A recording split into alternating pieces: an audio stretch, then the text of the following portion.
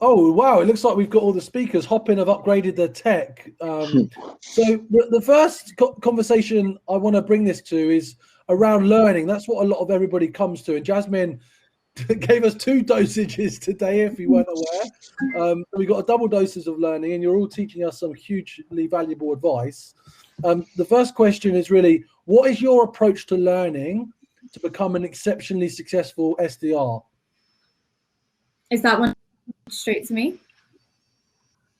Yeah, so my approach to learning to become a good, outstanding SDR, I think it would just be going at your own pace and figuring out what works for you. And that's what I really tried to emphasize in my talk, is that everybody is going to be completely different. Everybody's going to be doing completely different things, whether it's reading, watching something, listening to something. And there's so many variations of learning that we can go to now.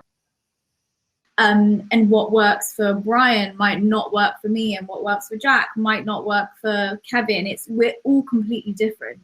So I think recognizing that and recognizing how we learn, what's the best way to absorb information for ourselves, and not getting too caught up about what other people are doing. Like, oh my gosh, Jack's read a whole book in like 2 days and I've done absolutely nothing. Like, no, we need to just sit back, relax, and just figure out what works for us. I think that would definitely be the best approach. Who else has got a comment? A thing I would say to lead on from Jasmine's is, and you're completely right, everyone's got their own way of doing things.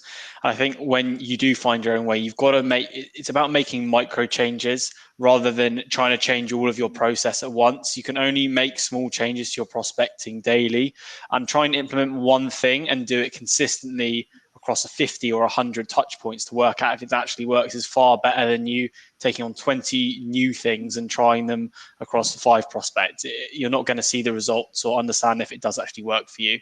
So one thing at a time, and experiment a lot with what you do implement and what you do learn would be mine.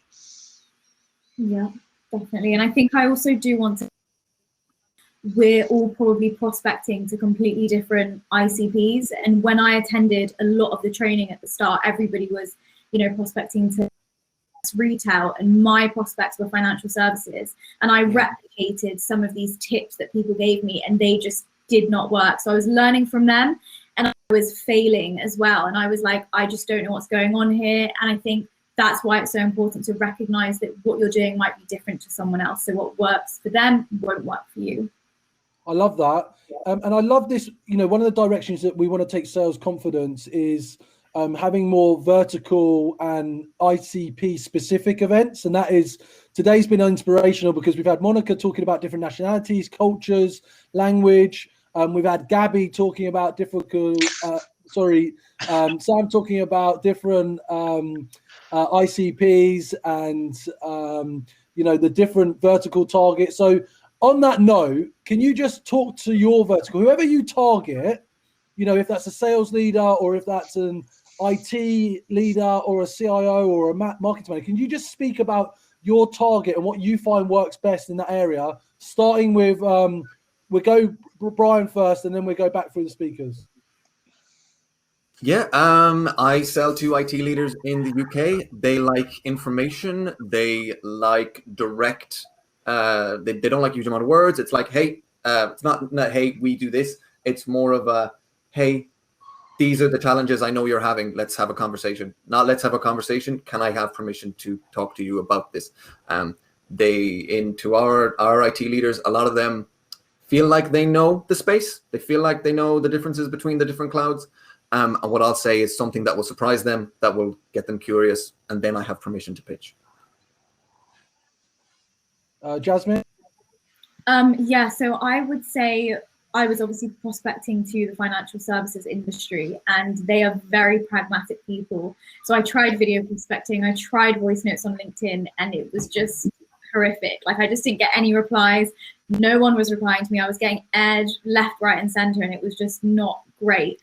So I think for me, the financial services industry and the people that I was targeting, which sales directors, they are very tough people to crack, and they're always very busy. So I think for me, it's just cold calling. That's definitely the best method, traditional way.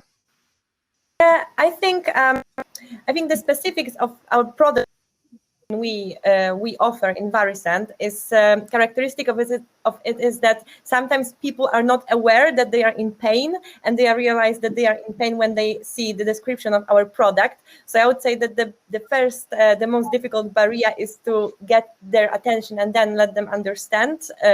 So I normally work with telco sector, pharma sector, and financial, and about tools and ways of prospecting. As I said during my talk, it's very different depending on the country and also individual person. Because, for example, when I see that someone has very long description on her LinkedIn bio, right, and he's sharing plenty of information, so for me it's already a sign that this person will be slightly more open for more casual conversation, not just purely professional about the product. So it's all about observation, I would say.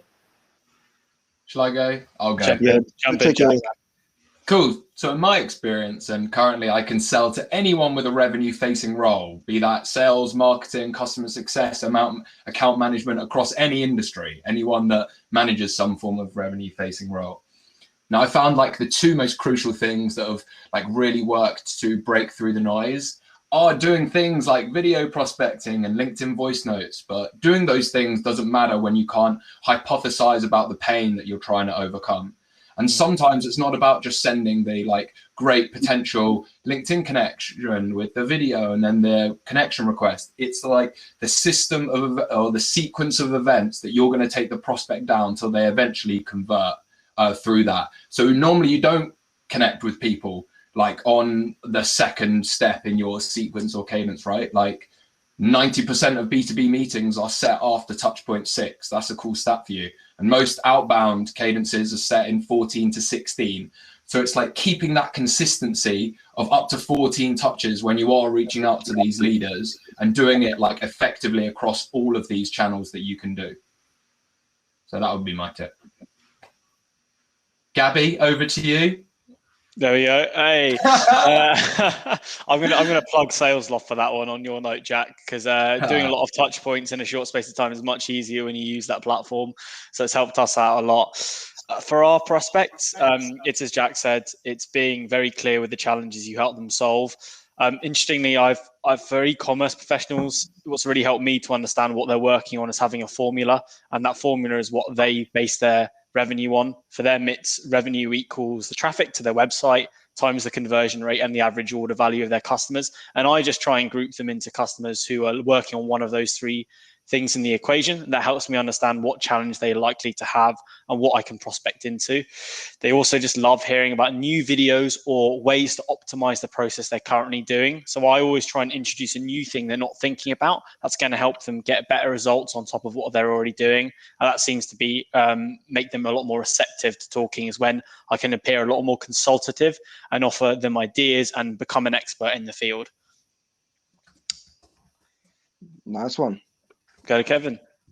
Kevin, can you answer this final part of the question? Yeah. So yeah, like I sell to B2C e-commerce brands. So speaking to founders and CMOs, and for me, what works, just like Jasmine, it's more about dials and storytelling. So we tell a story where we relate to the brand, and then we tell them and we show them how they can get better and achieve better results through a story, and then they can picture that story and they can always relate to it. Because we actually started from a brand ourselves called One Piece. So that allows us to relate to them and then show them the pain that they're going through, that we went through, and how we solved it. So yeah, for me, it's getting on the phones, relate to them quickly, and show them that journey that you've been through and how you solved that problem. Painting the picture, exactly, Alex. Everybody, this is amazing. I'm gonna send us all over to network for the tech. Thank you, today's speakers. So round of applause to all of our speakers. You've done amazing. Well done. Thank you to the audience for being here. No thank you to Hopin. I'm not sure if you deserve that investment if you're listening to this. But thank you to the Sales Confidence team for pulling everything together. And a big thank you to our sponsors, SalesLoft, Varicent, Venatrix, Aircall, MindTickle, Demo Desk, Refract, Sales Psyche, Sales Works, and Air Marketing. Wouldn't be able to do these without you. If you're looking for a best of breed stack, that is it. Go get it. And I really look in person, so we don't have to worry about this type of tech, and we can have a beer. Whatever you're doing this evening, enjoy yourselves. And please do go and connect with a couple of people for the next 15-20 minutes or so, and we will see you very soon. Thank you all.